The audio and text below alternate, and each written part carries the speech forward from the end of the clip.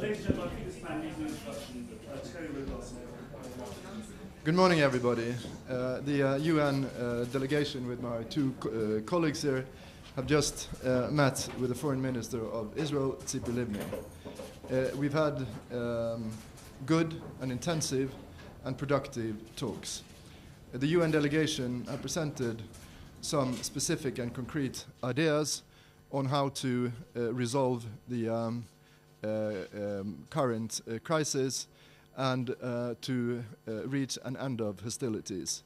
I think both parties agree that it is necessary indeed to have a political framework in order to reach eventually a ceasefire. As I said, we have presented concrete ideas, specific ideas, which we also have presented to our Lebanese counterparts. The government of Israel will now deliberate these ideas as our counterparts in Lebanon are doing. We will continue our dialogue with both Lebanese and Israeli counterparts, and I do expect that over the next few days that we will continue our dialogue with our Israeli counterparts. We will now proceed after meeting the Foreign Minister to the Prime Minister's office to have the same dialogue there with our counterparts.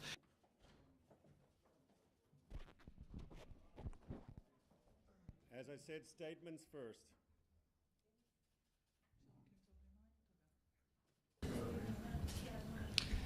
Israel and the international community face a common threat from an axis of terror and hate: Hezbollah, Hamas, Syria, and Iran. Israel and the international community also share a common goal: to end the control of Hezbollah over the lives of Lebanese and Israelis, and to bring an end to its attempt to threaten the peace and security in the region. Therefore, it is in our mutual interest to ensure the full implementation of Security Council Resolution 1559. We discussed today ways to achieve these objectives. This must, of course, include the effective deployment of the Lebanese armed forces through the south in place of Hezbollah, and the disarming of Hezbollah as a militia. And it must include a complete end to the shelling of Israeli cities. And of course, it must include also or to prevent Syria and Iran to rearm Hezbollah in the future.